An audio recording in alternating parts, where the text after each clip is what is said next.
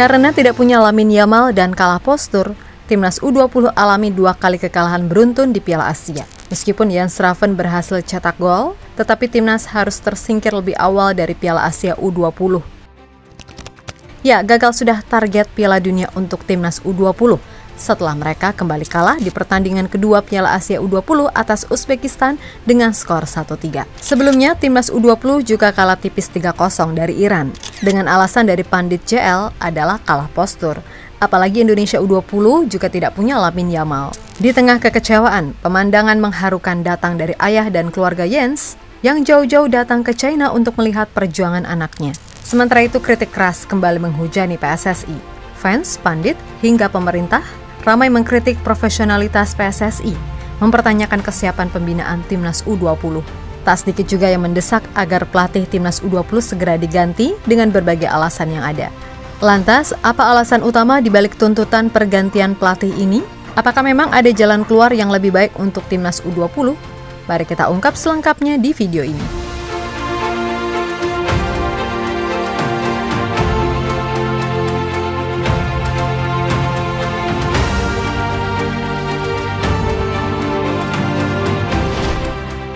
Meskipun Jens Schraven mencetak 1 gol untuk timnas, namun gol itu tidak mampu membawa Indonesia melangkah lebih jauh. Timnas Indonesia U20 harus tersingkir lebih dulu dari gelaran Piala Asia.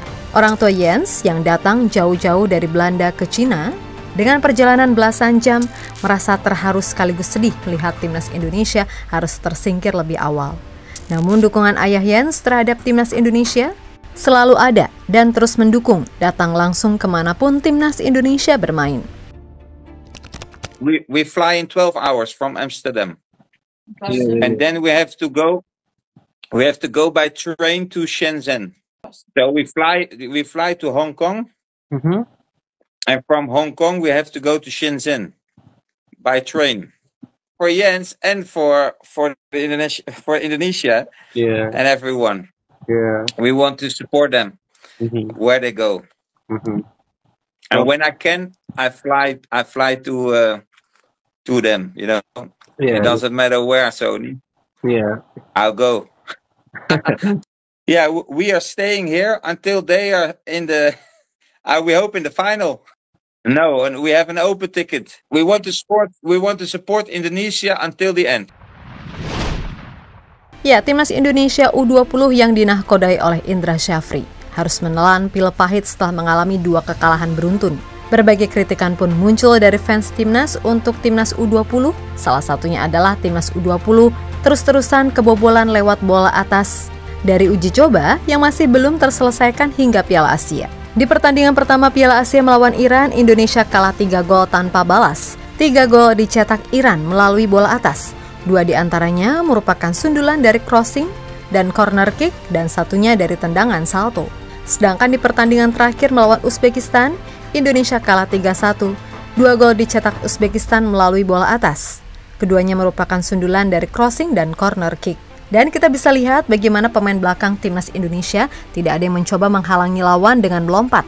Ya, karena mungkin saja mereka tahu bahwa postur mereka kalah.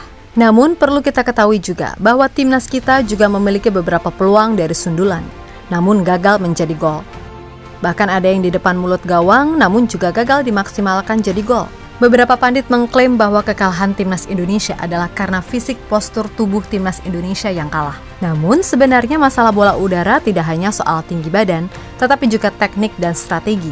Lihat saja bagaimana gol pertama Uzbekistan. M. Urinbaev langsung membantah pernyataan pandit yang menganggap postur tubuh adalah penyebab kalahnya duel udara timnas Indonesia. Di mana di nomor 10 yang memiliki tinggi 170 cm, berhasil mampu menjebol gawang timnas menggunakan sundulannya dengan mengalahkan pemain kita yang memiliki tinggi lebih dari dia. Dan lihat saja bagaimana momen pemain timnas yang gagal menyundul bola di depan gawang. Padahal bola tidak tinggi, hanya timingnya saja yang tidak tepat. Ya, ini bukan soal postur, tapi bola atas juga soal teknik dan timing. Banyak juga netizen yang membandingkan hasil ini dengan hasil 2 tahun lalu, di ajang yang sama dengan lawan yang sama. Di mana kala itu, Shin Tae-yong saat melatih timnas U20 pernah menahan imbang Uzbekistan U20. Indonesia berhasil meraih 4 poin di Piala Asia U20 di mana Uzbekistan menjadi juara di akhir turnamen tersebut. Bahkan terdapat pemain yang saat ini bermain di Manchester City. Kini, timnas U20 dilatih oleh Indra Syafri, kalah dari Uzbekistan U20 dengan skor 1-3. Padahal era Indra Syafri, tinggi badan Indo dengan Uzbek sama-sama 178 cm. Sedangkan era STY, tinggi badan Indonesia hanya 176 dengan tinggi Uzbek 182. Ya, dan faktanya STY tanpa pemain keturunan bisa menahan imbang Uzbek, sedangkan IS dengan pemain keturunan justru babak belur 3-1.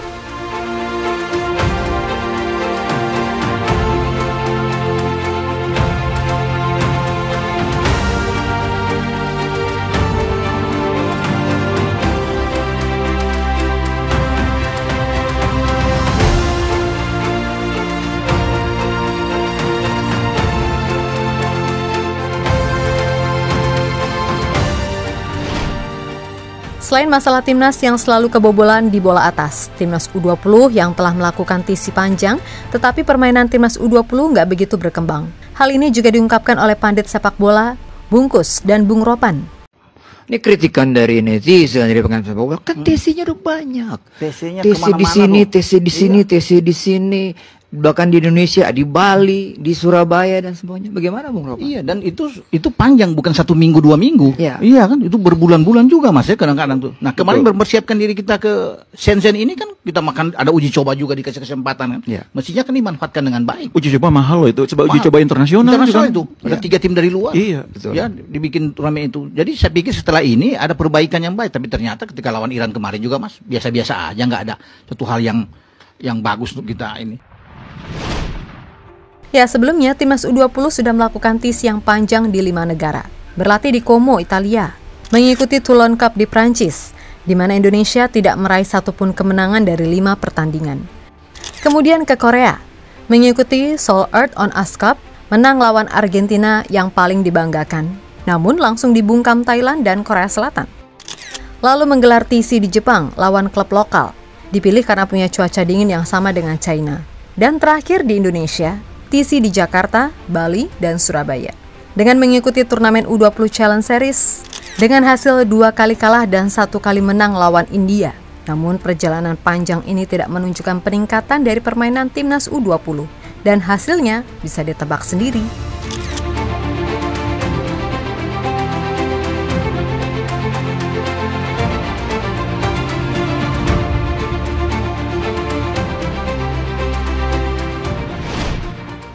Masih ada kritikan fans ke timnas selain kebobolan di bola atas dan TC panjang tapi masih gitu-gitu aja, yaitu munculnya statement-statement yang kurang objektif. Hal ini menjadi bensin yang semakin memanaskan suasana eksternal. Salah satunya adalah pernyataan Justin yang menilai kekalahan timnas U20 adalah karena kalah postur. Bukan salah pelatihnya, seakan ia tidak mau mengkritik pelatihnya. Padahal sebelumnya, pada akhir Januari, ia pernah bilang jika timnas main jelek di Piala Asia pasti ia akan kritik. Bahkan, ia akan memastikan buat video statement jika IS gagal total. Selain itu, inkonsistensi akun Timnas Indonesia yang tidak memposting hasil full time ketika timnas kalah juga menjadi bahan kritikan para fans Timnas Indonesia. Para fans menganggap timnas selalu menutup-nutupi hal yang sebenarnya fans sudah tahu dan menilai PSSI dan admin timnas kurang profesional. Tindakan ini juga mendapatkan sindiran atau kritikan berkelas dari pejabat pemerintah, Menpora, Hamdan Hamedan. Dalam postingan Instagramnya, ia memposting Lionel Messi dan Cristiano Ronaldo yang menuliskan caption berkelas tentang sportivitas. Memposting hasil akhir, menang atau kalah, bukan sekedar formalitas, tetapi esensi sportivitas. Mengakui hasil adalah bentuk penghormatan kepada lawan yang tampil lebih baik di game itu, kepada tim sendiri yang telah berjuang, dan kepada para pendukung yang berhak tahu hasil pertandingan. Sportivitas berarti memperlakukan kemenangan dan kekalahan dengan cara yang sama, bukan menyembunyikan hasil di tempat yang cepat hilang. Karena pertandingan olahraga, apapun olahraganya, adalah tentang perjuangan, bukan pencitraan. Tulis Pak Menpora, Hamdan Hamedan. Ya, di akun official Timnas Brunei kita belajar bahwa mendukung timnas itu harus di saat menang dan juga kalah.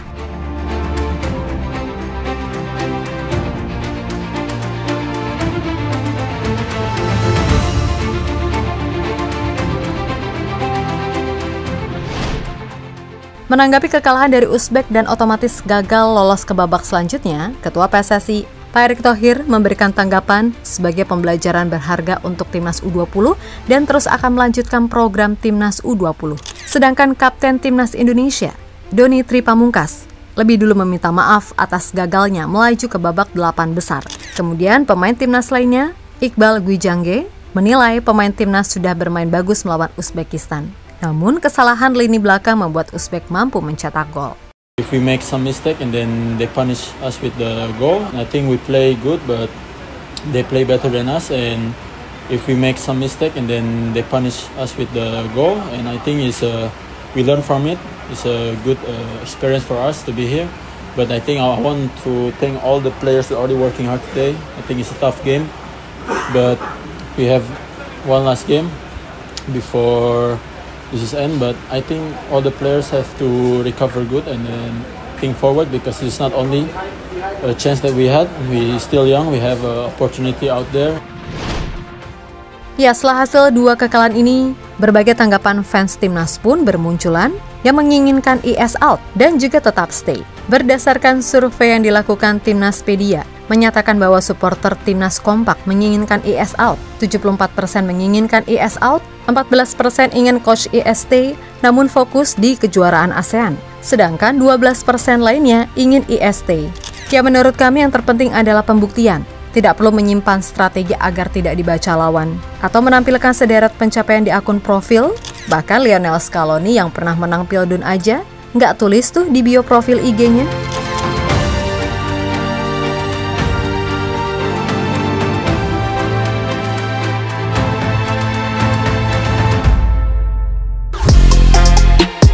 Halo, izin iklan sebentar ya guys. Jadikan ruangmu bernuansa Timnas. Temukan beragam poster dinding, sepak bola dan Timnas dengan desain menawan, kualitas premium dan harga yang tidak akan menguras kantong. Segera klik link Shopee di deskripsi video ini dan dukung Timnas dengan sepenuh hati. Mulai dari dinding rumahmu.